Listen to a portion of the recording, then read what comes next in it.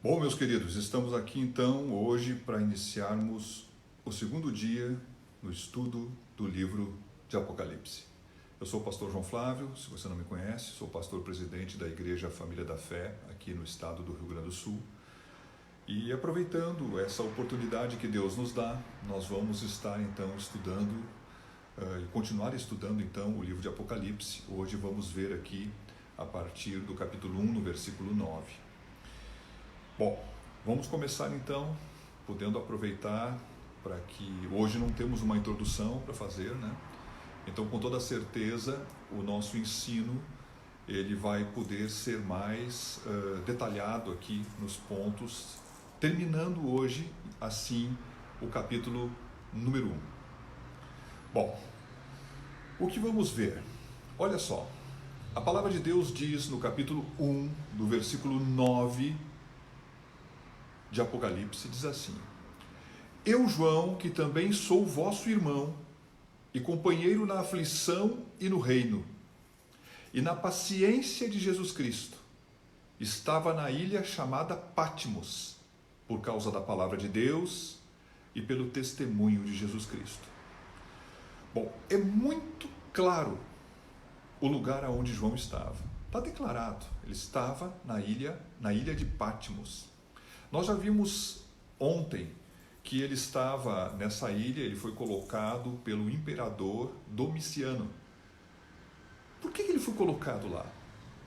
Aquela ilha era um lugar onde ficava colocado aqueles prisioneiros que na verdade tinham uma periculosidade. Então não era qualquer prisioneiro que era colocado lá. A verdade é que ele certamente foi colocado na prisão, porque ele, como um cristão verdadeiro, ele está fazendo então, com toda certeza, uma posição firme para não negar a verdade. Uma coisa é certa, João foi para a ilha de Patmos porque ele não negou a verdade. E certamente ele não negou a pessoa de Jesus Cristo.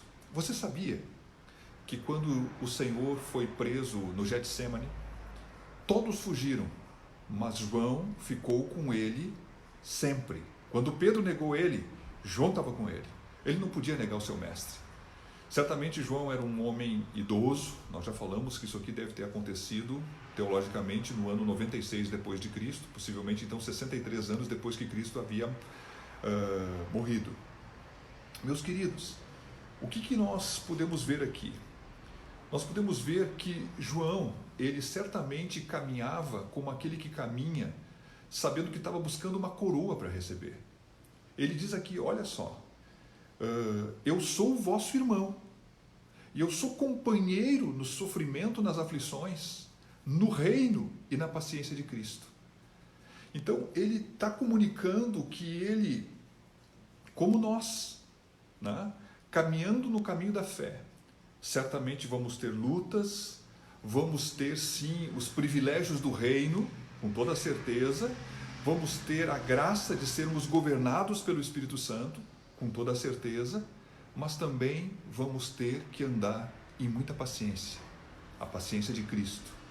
O reino ensina e requer paciência dos seus servos, o reino de Deus.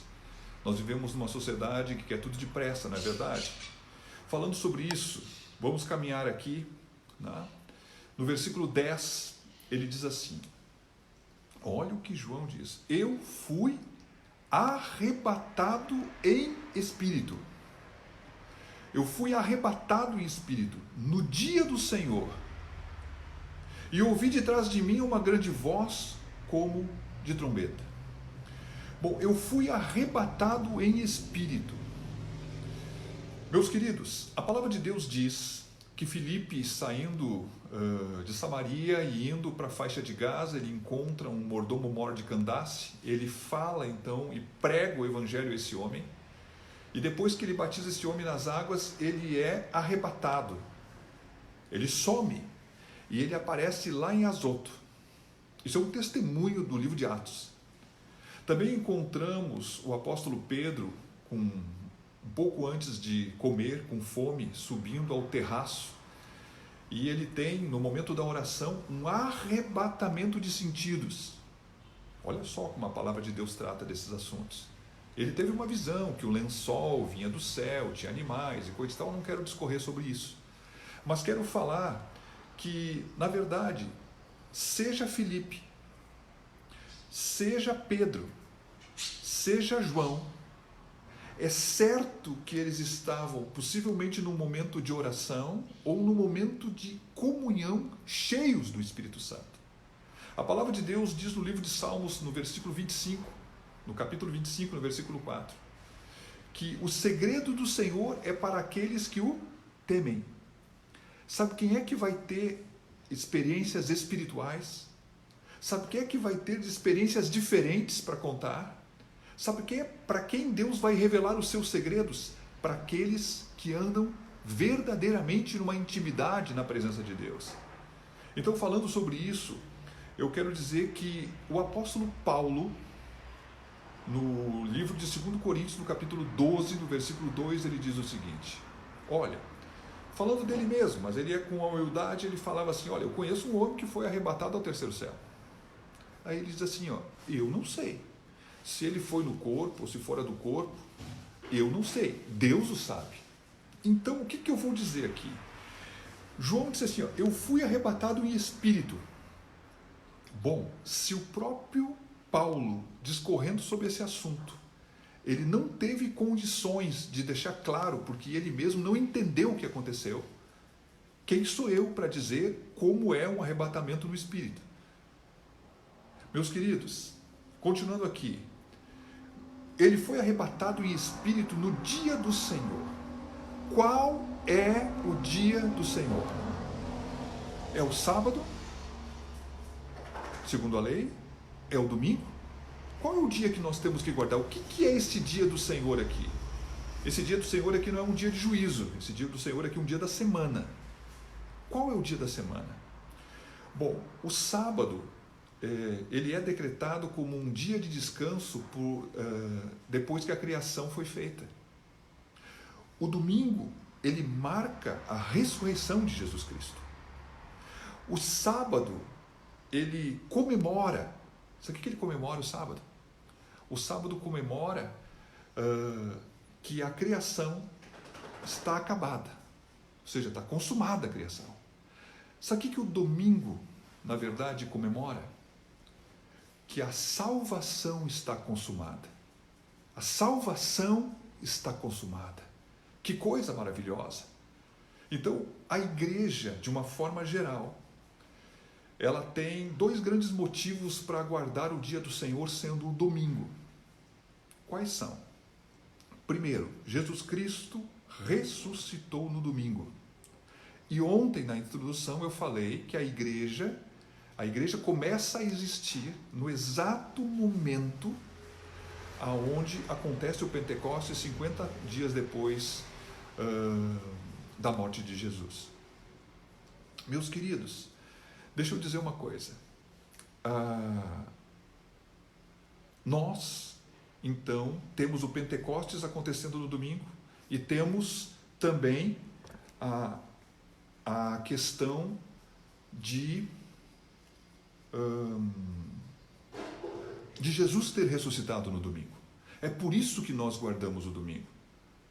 Falando sobre isso, quero dizer que aqui há a primeira menção de uma grande voz, que está escrito aqui, né? E depois de mim, ouvi uma grande voz como de trombeta. A verdade é que nós vamos ver ao longo, especialmente até desse capítulo, e ao longo desse livro, que muitas vezes há a menção dessa voz tão forte, tão veemente, como se fosse a voz de uma trombeta. Lá no Velho Testamento, no Monte Sinai, tem um momento que Deus desce para falar com o povo. E ele tem uma voz de trovão lá, uma voz fortíssima, que os homens ficaram com medo. A verdade é que a palavra de Deus diz, e como está escrito aqui, olha só: e ouvi de trás de mim uma grande voz como de trombeta.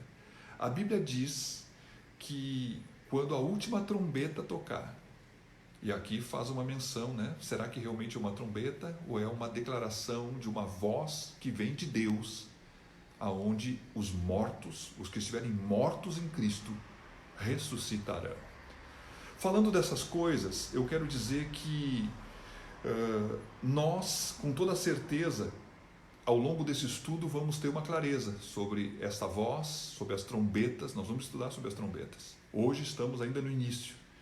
Continuando aqui no versículo 11, diz assim: que dizia, a voz que falava com ele dizia então: o que vês, escreve-o num livro e envia às 7 igrejas que estão na Ásia: a Éfeso, a Esmirna, a Pérgamo, a Tiatira, a Sardes, a Filadélfia e por último, né, e a Laodiceia. Bom, meus amados, o Senhor diz assim, falando com ele: olha, eu quero que tu escreva e que tu mande esse escrito para cada uma dessas igrejas. Antes de falar sobre isso, eu quero dizer que ao longo do livro de Apocalipse, 13 vezes, há uma menção que tem que se escrever. 7 vezes estão diretamente ligadas a cada uma dessas igrejas. Bom, essas igrejas, nós vimos ontem, vou repetir, todas elas estão localizadas numa província romana da Ásia Menor. Tem gente que diz que no mapa até dá para fazer um círculo entre elas. Na verdade, não dá para fazer um círculo. Poderia, quem sabe, ser uma elipse, né? Não um círculo, mas uma elipse, mais ou menos. Elas distavam entre elas, a distância entre elas era 48 a 80 quilômetros, uns pouco mais do que 80 não, nem menos do que 48. Eles tinham uma distância, então elas eram da mesma província, elas eram então dentre as muitas igrejas que existiam depois de 63 anos que Jesus Cristo tinha pregado, tinha morrido. Nós podemos dizer que o Senhor escolheu essas 7 de propósito. Elas eram perto uma das outras. Então, quando o Senhor olha para as 7 igrejas que estão localizadas na Ásia Menor, o que acontece? Ele olha para as virtudes que elas têm e ela olha para os defeitos que elas têm. Bom, Jesus vê as virtudes e Jesus vê os defeitos. E olhando para isso, ele direciona, como vimos ontem, a carta para elas. Mas ao mesmo tempo, a carta que foi direcionada para elas se torna uma fonte de instrução que se encaixa no período da era da igreja, que começa em Pentecostes e vai terminar no arrebatamento. Vou repetir. O período da era da igreja começa em Pentecostes, quando a igreja é formada, e vai se estender até o arrebatamento da igreja. Bom, esse período, que é a era da igreja, ele vai ter uma série de períodos, que são 7. Mais adiante, quando vamos estudar, amanhã, nós vamos ver um pouquinho mais sobre isso. Mas o que acontece aqui? Essas igrejas, elas se tornaram uma profecia para o futuro da igreja, que se desenvolveria ao longo dos anos, e podemos dizer agora, dos séculos, né? Nós estamos vivendo a era da igreja, que é o período da graça, né? O favor imerecido de Deus. Caminhamos então. E virei-me então para ver. Então tem alguém falando com ele, diz essas coisas, e ele se vira para ver. Quando ele se vira para ver, eu até quero dizer isso para você, quando ele se vira para ver, ele vai ver uma descrição física de Jesus. Não se assustem, porque é tipológico. Vou repetir, não se apavore, porque é tipológico. A descrição física de Jesus, ela vai ser discriminada aqui em detalhes. Mas ele então diz assim: eu virei-me para ver quem falava comigo. E virando-me, vi 7 castiçais de ouro. Conforme a tradução vai dizer candelabros de ouro. Bom, meus queridos, 7 castiçais. Cada um desses castiçais ou candelabros, o que é um castiçal ou um candelabro? Castiçal ou um candelabro, ele normalmente, né, ele tem, então, alguma coisa assim, que você pode botar, depois bota candelabro no Google para você poder ver, né? Então você vai ver que o candelabro, ele tem óleo e ele tem lamparinas. Então a função de um castiçal, de um candelabro, é iluminar. Então o Senhor diz assim, olha, existem 7 igrejas e quando ele se vira, ele vê 7 candelabros ou 7 castiçais. Na verdade, cada igreja era representada na visão que o apóstolo João estava tendo por um candelabro. 7 igrejas, 7 candelabros. Eles eram de ouro. Bom, eles eram de ouro falando da preciosidade e do valor que elas têm aos olhos de Deus. O ouro, na Bíblia, ele também faz a menção que certamente o ouro pode ser purificado. Então, se tira, para tirar a escória do ouro. Então, vamos convir. A palavra de Deus diz que quando nós somos provados, nós podemos ser comparados com ouro, que Deus nos prova para tirar a impureza. Então, a feitura do ouro com um material precioso, ele mostra, naquilo que ele vai descrever amanhã nas cartas pessoais de cada uma das igrejas, que essas igrejas estavam ainda sendo purificadas.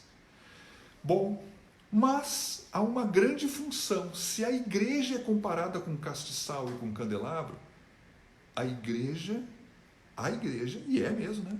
A igreja é a luz do mundo. Jesus deixou bem claro, vós sois a luz do mundo. Quando Jesus estava no mundo, ele era a luz do mundo. Mas agora ele não estava no mundo. Quem é a igreja? A igreja é o sal da terra e a luz do mundo.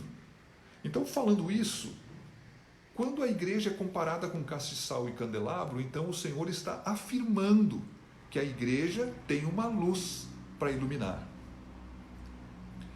Bom, e ele viu então no meio dos 7 castiçais, estou lendo o versículo 13, um semelhante ao filho do homem, vestido até os pés de uma veste comprida e cingido pelo peito com um cinto de ouro.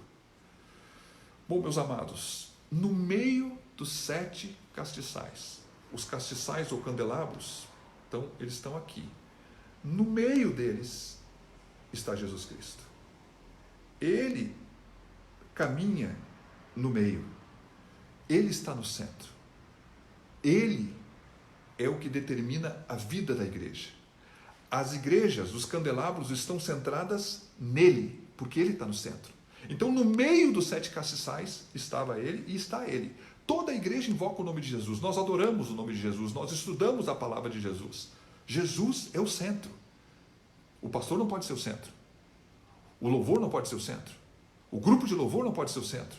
Jesus é o centro. Ele é o centro. Isso aqui é uma visão espiritual. Alguém pode dizer assim, o Senhor não está no meio das igrejas. Existe uma palavra que diz que onde tiver 2 ou 3, o Senhor estaria no meio dessas pessoas. O Senhor está no meio da igreja. Continuando então, diz assim, lendo aqui de novo, e no meio dos 7 castiçais, um semelhante ao Filho do Homem. Essa expressão foi a expressão que Jesus se autodenominou diante dos judeus. Ele se autodominou, o Filho do Homem. É uma expressão que se refere à humanidade de Jesus. Ele escolheu essa expressão. Então, ele nasceu de mulher, concebido pelo Espírito Santo, mas, então, essa expressão fala de Jesus como ser humano. Então, e no meio dos 7 castiçais, um semelhante ao Filho do Homem, vestido até os pés de uma veste comprida. Bom, esse tipo de vestimenta qualifica uma das posições de Jesus. Aqui ele aparece como o sumo sacerdote, vestido então até os pés. Meus queridos, a palavra de Deus diz que a lei instituiu alguns homens como sacerdotes e todos eles eram da tribo de Levi. A palavra de Deus diz que antes deles existiu no Velho Testamento, num contato pessoal com Abraão, um homem chamado Melquisedeque, que era rei de Salém, mas também era sacerdote. Ele está aqui colocado, Jesus está colocado, e a palavra de Deus coloca isso no livro de Hebreus, que Jesus é um sacerdote semelhante àquele sacerdote chamado Melquisedeque. Melquisedeque era um tipo de Cristo, não era Cristo. Mas o que nós temos? Nós temos aqui Jesus Cristo, né, sendo o sacerdote que intercede por nós. Mas tem uma coisa: ele está cingido na altura do peito. Quando Jesus estava na ceia, ele levanta da ceia, ele tira a sua vestimenta superior, amarra uma toalha na cintura e começa a lavar os pés dos seus discípulos. Um ato extremo e supremo de humildade para alguém tão glorioso, inigualável como é o Senhor Jesus Cristo, o próprio Deus. E quando ele faz isso, ele qualifica a sua função. Ele veio, e o Filho do Homem veio para servir. O Filho do Homem veio para servir. Então, servindo ali, ele está nos demonstrando aquilo que nós deveríamos fazer também uns pelos outros. Mas aqui, ele aparece então cingido na altura do peito. Meus queridos, agora esse cingimento na altura do peito mostra que o coração dele, no livro que vai discorrer e vai aparecer, a figura que ele aparece como juiz. Na verdade, podemos dizer que Apocalipse é um livro de juízo. Aqui é demonstrada a sua autoridade jurídica. Ele está com o coração fechado. Então, no tempo da graça, temos um coração aberto. Vai chegar um momento que o Filho de Deus vai fechar o seu coração. Porque se ele não fizer isso, como Deus é amor, embora ele também é juiz, como que ele poderia... tomar uma aguinha aqui que está falhando a garganta. Como que ele poderia julgar o mundo? Na verdade, a palavra que estamos meditando então, ela mostra uma descrição de Jesus Cristo que não terminou ainda. No versículo 14, diz assim: a sua cabeça e cabelos eram brancos como a lã branca, como a neve, e os olhos como chama de fogo. Cabelos brancos, essa brancura dos cabelos, ela não se refere à velhice. Normalmente eu estou criando aqui, está surgindo mais uns cabelinhos brancos aqui. Não se refere à velhice. A palavra de Deus diz no livro de Daniel, no capítulo 7 e 9, numa visão que teve Daniel, ele viu um ancião de dias que tinha os seus cabelos brancos. Uma menção da figura do Pai. Eu vou dizer que Jesus Cristo, ele é igual ao Pai. Ele é parecido com o Pai. Ele tem a natureza do Pai. Então, primeiramente, significa que ele parece com o Pai.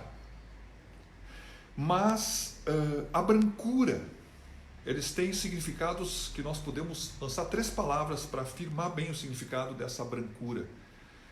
Bom, ele é de eternidade a eternidade. Não é uma questão de velhice. Deus não é velho. Deus sempre foi e sempre será. Nós vimos ontem, ele é, ele era e ele há de vir. A palavra de Deus diz que nele não há sombra de variação, não há sombra de variação em nada. Ele é eterno. Nós fomos criados para sermos eternos, mas nós temos um dia que nós somos criados. Deus é de eternidade a eternidade. Você estudou matemática? Você viu aquele negócio do menos infinito até o mais infinito? A verdade, Jesus é o princípio e o fim. Então, o cabelo branco está falando da eternidade, mas também está falando especialmente da pureza, da justiça, como também está falando da divindade dele. A Bíblia diz que os justos, vestidos de linho, isso significaria os atos de justiça do justo, vestido de linho branco. Falando dessas coisas do cabelo, vamos falar, como está escrito aqui, e os olhos? E os olhos eram como que tivessem chamas de fogo. Diz assim, pastor, quer dizer que Jesus está vestido então com uma roupa comprida, ele está cingido na altura do peito, o cabelo dele é branco, E agora tu vem me dizer que a Bíblia diz que ele tem olhos de chama de fogo. Olha, olhos de chama de fogo é uma coisa que só de pensar nisso é horrível. Na verdade, meus queridos, não interessa o que você viu nos filmes, nas cenas por aí. Os olhos do Senhor, a palavra de Deus diz assim, que o símbolo do Espírito Santo é o fogo. A palavra de Deus falou que quando Jesus caminhava entre nós nesse mundo, ele vivia e andava, ou movido, cheio do Espírito Santo. Jesus era cheio do Espírito Santo. A Bíblia diz que o Espírito foi dado para ele sem medida. E a verdade é que há uma descrição do que Moisés fala de Deus, no caso, né? Falando que Deus é um fogo consumidor. O que podemos entender nesse contexto dos candelabros, dos castiçais, Jesus andando no meio, que é o que ele está mostrando? Que esses olhos de chama de fogo são olhos que conseguem penetrar e ver todas as coisas. Vamos dizer então, os olhos de Jesus em meio às igrejas, ele estava vendo todas as coisas boas e ruins que ela tinha. Nada conseguia ser oculto aos olhos do Senhor, e é o que ele vai decretar depois. Ele vê os detalhes das coisas. Então tudo, ou melhor, nada escapava aos olhos do Senhor. Os seus olhos ardiam, examinando, né? Fazendo assim um detalhamento da situação de cada uma das igrejas que nós vamos ver para frente. Continuando, a descrição diz assim: e os seus pés semelhantes ao latão reluzente, como se tivesse sido refinado numa fornalha, e a sua voz como a voz de muitas águas. E os seus pés. Interessante, a veste era comprida, mas não tapava os pés. Os pés, eles precisavam aparecer. Quando Jesus, ele aparece para os discípulos, tem um momento então que ele mostra as suas mãos, né? Especialmente para aqueles que não criam. As mãos, o lado, né? Mas aqui falando agora dos pés que apareciam, eles com certeza tinham marcas. E essas marcas eram um testemunho daquele que foi morto e agora está vivo. Aquele que morreu em fraqueza, mas agora é o Todo-Poderoso. Olha só, refinado numa fornalha, esses pés de bronze. Bom, meus queridos, com toda certeza, Jesus, ele foi refinado. Ele foi duramente provado. Ele nasceu de mulher e viveu como homem. Mas no meio dos seus anos, ele foi levado à morte, e morte de cruz. Ele foi duramente provado. Então, essa provação dele, ele foi refinado na aflição. Como diz a Escritura, a palavra de Deus diz que tem um momento que ele diz: Eloi, Eloi, lama sabachthani, quer dizer, Deus meu, por que me desamparaste? Deus colocou o pecado de todos nós na pessoa dele. Ele não tinha pecado, mas ele morreu pelo nosso pecado. Ele foi provado ao extremo. No Getsemane, diz a palavra de Deus que na sua agonia, orando ao Pai, o seu suor chegou a se transformar em gotas de sangue. Ele foi duramente provado, ele foi refinado e saiu provado e estabelecido, ressuscitando como Deus Todo-Poderoso. Aqui diz também, né, que nós podemos falar, meus queridos, os pés para um judeu, olhando para o Velho Testamento, tem alguns momentos que os israelitas foram chamados a botarem os seus pés na cabeça dos seus inimigos, como um sinal que Deus faria com que todos os seus inimigos fossem colocados debaixo dos seus pés. Então Jesus Cristo aqui aparece com pés de bronze, como um sinal que Deus Pai fará o cumprimento que todos os inimigos possam vir a se submeter debaixo dos pés de Jesus Cristo. Isso vai acontecer. Ele é o Senhor, ele vai julgar, e vai julgar segundo a palavra que foi falada. Voltamos a falar aqui, como diz assim, como a voz de muitas águas. A sua voz é como voz de muitas águas. Então, várias vezes vai existir essa mesma expressão, que podemos dizer, né? Podemos dizer assim, a voz numa multidão, a voz num trovão, a voz da criação, a voz que vai ressuscitar os mortos. Essa voz toda poderosa, a voz do Deus vivo. Caminhamos então, no versículo 16 diz assim: e ele tinha na sua destra, na sua mão direita, 7 estrelas. E olha a descrição, né? Não se assuste. E da sua boca saía uma aguda espada de 2 fios. E o seu rosto era como o sol quando na sua força resplandece. Ele tinha na sua destra 7 estrelas. Bom, meus queridos, eu já vou dizer, no versículo 20, ele mesmo vai dizer isso, mas vou já antecipar, como fiz com os candelabros, com o castiçais. A palavra de Deus diz que essas 7 estrelas que estavam na mão de Jesus, elas são anjos das igrejas. Existe uma controvérsia teológica que alguns afirmam que esses anjos, né? Então, cada estrela é um anjo. Então, cada estrela sendo um anjo, esse anjo é um anjo angelical, ou esse anjo é um homem que foi denominado, escolhido por Deus para estar na frente de uma igreja, tendo obrigação de cuidar dela. A palavra anjo, a palavra grega é angelos, que significa mensageiro. Bom, naquilo que eu creio, eu não sou o dono da verdade, mas é aquilo que eu creio, e você já deve ter ouvido essa expressão, diz assim, ó, o anjo da igreja. Existe uma pessoa que Deus escolhe em cada igreja, e essa pessoa tem uma mensagem de Deus para a igreja, e as ovelhas ouvem essa pessoa. Então esse seria o anjo, a estrela, que está na mão direita do Senhor. Se ele fraquejar, a igreja vai sentir. Então o Senhor o sustenta com a sua destra. Aqui diz assim, que da sua boca saía uma aguda espada de 2 fios. Bom, isso não é muito complicado de falar disso aqui, isso aqui é até bem simples, né? A palavra de Deus no livro de Hebreus, capítulo 4, versículo 12, fala sobre isso, como também no livro de Efésios, no capítulo 6, no versículo 17, diz o seguinte, que a espada do Espírito é a palavra de Deus. E também diz aqui, em 4,12, eu separei aqui, diz assim, ó, porque a palavra de Deus é viva e eficaz e mais penetrante do que qualquer espada de 2 gumes. Quer dizer, ela é uma espada de 2 gumes. O que está escrito aqui na leitura? E da sua boca saiu uma aguda espada de 2 fios, de 2 gumes.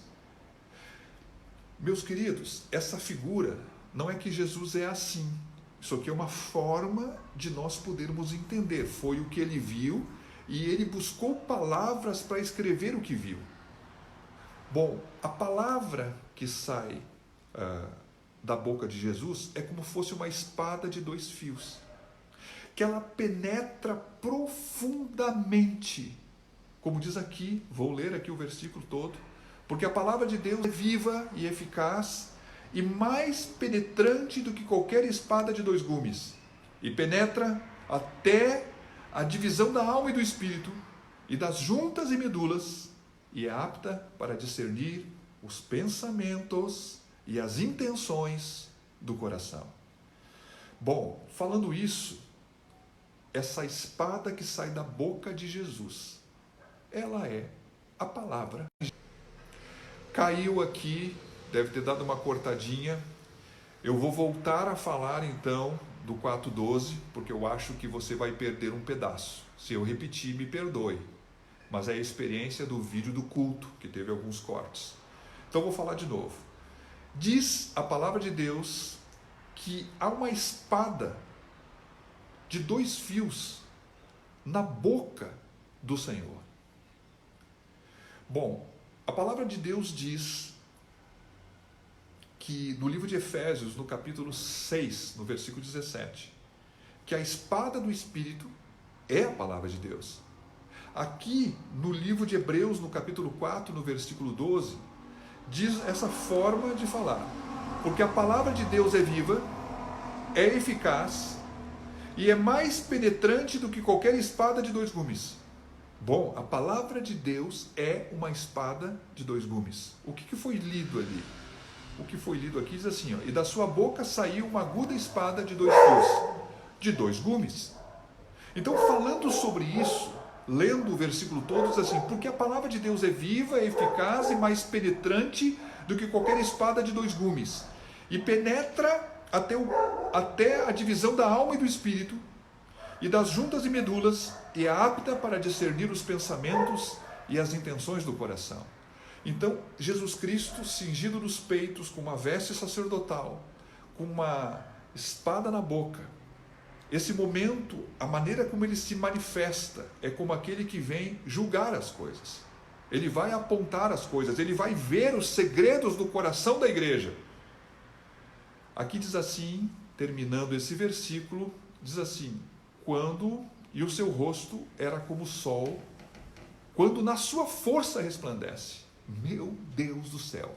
Eu um dia me atrevi a dar uma olhadinha para o sol, depois fiquei com umas manchas nos olhos assim, nunca mais me atrevi. Né? E não era no meio-dia, era no entardecer. Sabe que a palavra de Deus, ela diz o seguinte: os castiçais, os candelabros, que são a igreja, que tem luz, tem luz, são a igreja. As estrelas são os ministros. A estrela, olhando para o céu, eu consigo ver que ela tem um brilho, embora não tenha luz própria. Mas o que nós podemos ainda alcançar aqui?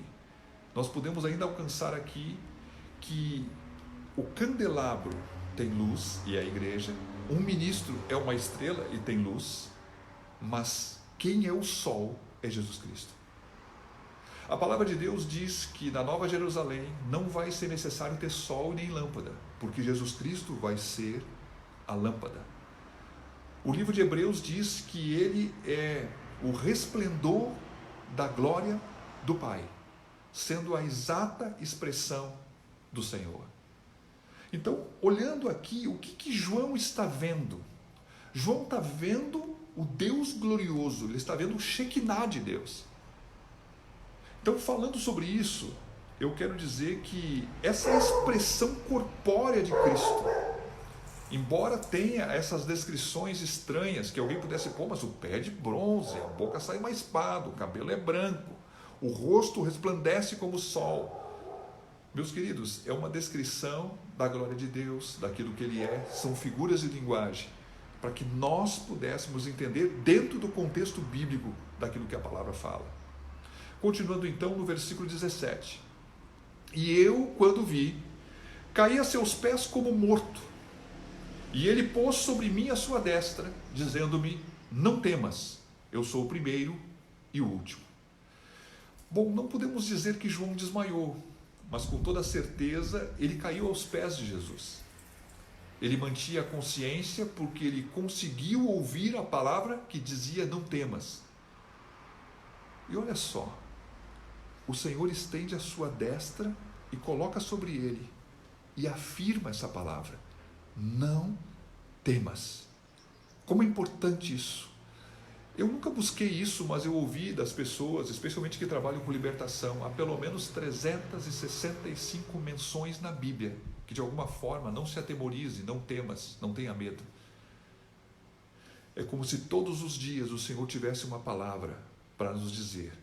Por que às vezes não ouvimos e temos medo? Porque não estamos aos pés do Senhor. Aqueles que estão aos seus pés entram no esconderijo do Altíssimo. A destra do Senhor vem e é colocada sobre sua cabeça, e certamente ele vai ouvir. Ainda que Deus esteja falando, quem não está nos pés não consegue ouvir. Ele vai ouvir: não tenha medo. Eu continuando aqui, no versículo 18 de Apocalipse 1, diz assim: e o que vive, fui morto, mas eis que estou vivo para todo sempre. Amém. E tenho as chaves da morte e do inferno. Jesus tem as chaves da morte e do inferno. Mas não é só essas chaves que ele tem.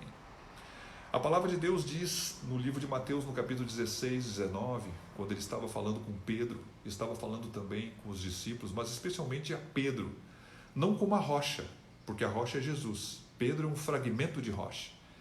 Ele diz assim: eu tenho as chaves do reino dos céus, do reino de Deus, e eu vou dar essas chaves. Uma menção disso é que Pedro recebeu a graça de pregar o primeiro sermão para levar verdadeiramente como igreja os judeus a Cristo, a salvação eterna. Da mesma forma, ele pode ir à casa de um gentil, que não é judeu, então, né? Então existem os judeus e todo o resto do mundo é gentil. Ele foi à casa de um gentil chamado Cornélio e lá ele pode pregar, então, e não somente esse homem, como a sua casa inteira, eles abrem o coração, a porta do reino dos céus é aberta, porque Jesus Cristo entregou a chave para ele, entregou para mim e entregou para ti, para que de alguma forma, não somente pelo nosso viver, como alguém já disse, né? Mas especialmente pelo nosso viver, se preciso for, fale alguma palavra, mas as chaves do reino dos céus hoje estão dadas por Cristo. Ele tem a chave e ele nos dá o acesso para que possamos estar levando as pessoas, pregando pela pregação da fé nele, para que possam elas também ser salvas. Mas a palavra de Deus diz que também tem a chave de Davi. Isso nós vamos ver em Apocalipse 3, versículo 7, falando de uma carta. Ele tem as chaves do reino dos céus, ele tem a chave de Davi, ou seja, ele é o rei dos reis, ele é o todo-poderoso, ele abre, o que ele abre fica aberto, o que ele fecha fica fechado. Nada pode resisti-lo. E como ele falou aqui, ele tem a chave da morte e do inferno. Muitas pessoas têm medo do livro de Apocalipse, mas aqui ele fala uma verdade tão consoladora.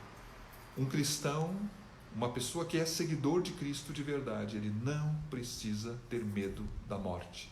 Ele não precisa ter medo do inferno. Meus queridos, quem tem a chave dos reinos, do reino dos céus, quem tem a chave de Davi, quem tem a chave da morte, a chave do inferno, eu estava pensando, eu tenho a chave da minha casa, eu posso abrir e posso entrar e posso deixar quem eu quiser entrar. Mas eu também posso chegar lá e abrir e tirar quem está lá dentro de um lugar que eu não queria. Por exemplo, a palavra de Deus diz assim, ó, aquele que crê em mim e esteja morto, viverá. Vai ressuscitar, porque Jesus vai fazer ressuscitar. Então ele tem a chave, ele tem o controle, ele tem o domínio, ele é o Senhor, ele é o Deus Todo-Poderoso. É isso que ele está dizendo aqui. Aí ele diz assim, do versículo 19, quase acabando o ensino de hoje: escreve as coisas que tens visto, e as que são, e as que depois destas hão de acontecer. Bom, escreve as coisas que tens visto. Bom, tu já tem visto, falamos ontem. Ele está falando desse capítulo número 1, das coisas que ele já tinha visto, que Jesus Cristo tinha mostrado para ele. Bom, as coisas que tem visto é o capítulo 1. As coisas que são, ele está falando do capítulo 2 e do capítulo 3. Quando ele está falando com João, a era da igreja está acontecendo. Nós estamos vivendo a era da igreja. Então, observe que a era da igreja, ela começou, vou repetir, com o Pentecostes, e ela vai até o arrebatamento. É o período da graça. E nesse período, então, ele é o período mais longo do livro. Por incrível que pareça, são 2 capítulos, mas é o período mais longo. Tá? E nesse período, então, o que nós vemos? Nós vemos alguns ensinos que Jesus vai dar através do ensino que nós vamos ver possivelmente amanhã e sexta-feira. Quarta, quinta e sexta-feira nós vamos ver isso.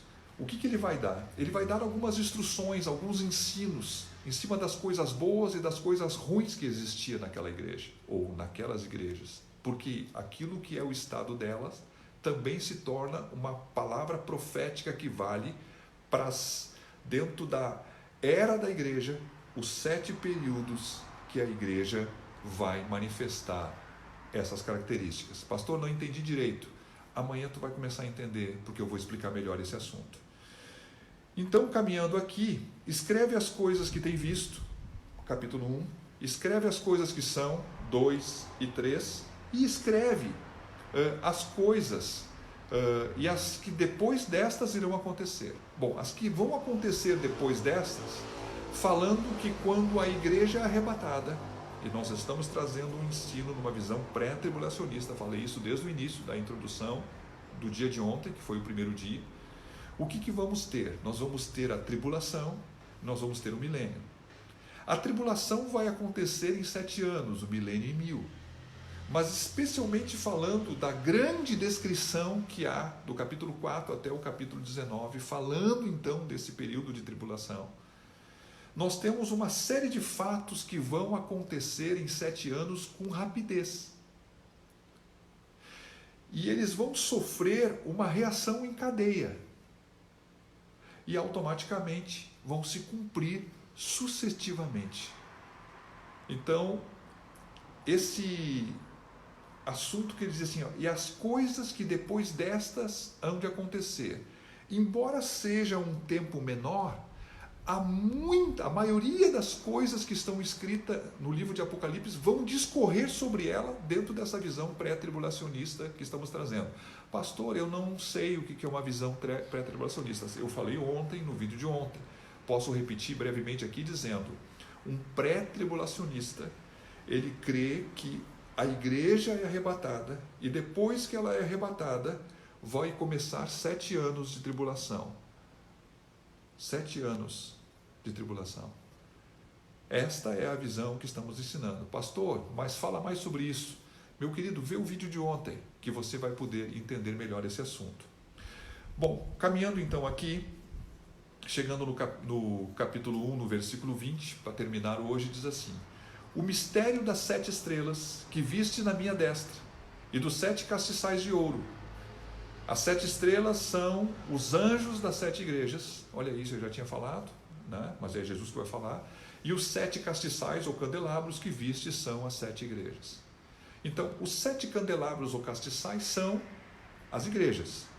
E na sua destra, que tem 7 estrelas, são os anjos, que eu falei aqui, que pensam que são ministros. Eu não posso até não crer que não exista um anjo de Deus sobre uma igreja. Mas as cartas que vão ser mencionadas amanhã, as cartas são direcionadas ao anjo. E é cobrado do anjo posicionamentos, porque aqui que fica complicado, nós vamos ver isso amanhã. Será que um anjo de Deus precisaria ser cobrado pelo Senhor por alguma coisa que ele não estivesse fazendo direito? Não, né? Não pode ser. Nós estamos falando de anjos de Deus, se fosse anjos angelicais. Mas amanhã vamos falar mais sobre esse assunto. A palavra diz assim, ó, o mistério das 7 estrelas e dos 7 castiçais. No livro de Apocalipse existem 4 mistérios. O que é um mistério? O mistério é uma verdade oculta que ainda não foi revelada. No momento que ela é revelada, o mistério deixa de ser mistério e passa a ser uma revelação. Vou repetir. O mistério é uma verdade que está oculta. Então, como ela está oculta, ele é um mistério. No momento que o mistério ele é revelado, ele é trazido à luz, nós dizemos que ele deixou de ser um mistério e passamos então a ter uma revelação. Então o Senhor diz assim, o mistério das 7 estrelas. As 7 estrelas são 7 anjos. O mistério dos 7 candelabros. Bom, os 7 candelabros ou castiçais são 7 igrejas. E cada uma dessas igrejas tem um anjo, que é um ministro. Bom, o livro de Apocalipse, ele tem o mistério das 7 estrelas e dos 7 candelabros. Ele tem o mistério de Deus, ele tem o mistério da grande Babilônia e ele tem o mistério da mulher. Esses 3 outros estão por vir dentro do livro. Chegando até aqui, eu quero dizer que Jesus, então, no capítulo 1, do versículo 20, ele fala da visão que ele deu e ele mesmo explica a visão. Então, isso que eu estou falando aqui é inquestionável, porque é o que ele mesmo disse. Meus queridos, então eu até não cuidei o tempo aqui, vou encerrar em seguida essa live. Você tem a liberdade de poder fazer alguma pergunta. Eu quero dizer que com toda certeza o ensino que está sendo trazido então dentro dessa visão pré-tribulacionista. Eu não vou ficar respondendo ou discutindo com pessoas que têm uma visão mesotribulacionista ou pós-tribulacionista. Eu falei aqui ontem que posso, depois que terminar esse discorrer, trazer uma visão pós-tribulacionista, né? Se isso for necessário. Pastor, uma igreja tem que ter uma definição. Eu tenho defendido uma posição como pastor. Nós vamos, com toda certeza, ser arrebatados, ou antes, ou no meio, ou no fim desse período de tribulação. Como o primeiro momento vem antes, que é o pré, bom, e a maioria das igrejas acredita no pré-tribulacionismo, nós vamos ter a humildade de reconhecer que, quem sabe, nem tudo estamos certos. Vá que os outros estejam certos nesse ponto. Uma coisa é certa, Jesus vai voltar e ele vai arrebatar a igreja.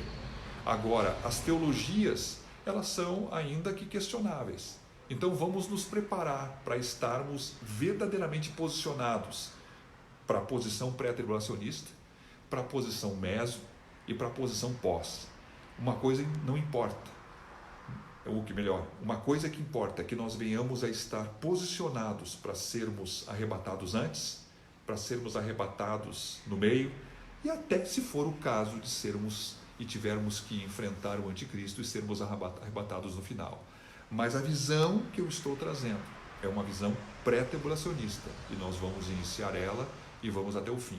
Então eu não estou dando esse estudo para que venhamos a ter contendas de palavras. Eu estou trazendo o estudo dentro de uma crença que é praticamente uma crença universal da maioria das igrejas. Então estou trazendo esse estudo e vamos continuar nele. Muito obrigado pela sua companhia. Se tem alguma pergunta, você pode fazer. Eu vou dar uma olhada depois, posso então, com toda certeza, te responder como fiz ontem para aqueles que eu vi que me responderam. Vou dar mais uma olhadinha lá. Que Deus te abençoe, muito obrigado. Se você gostou, amanhã estamos aqui de volta. Se você não gostou, tchau. Que Deus abençoe.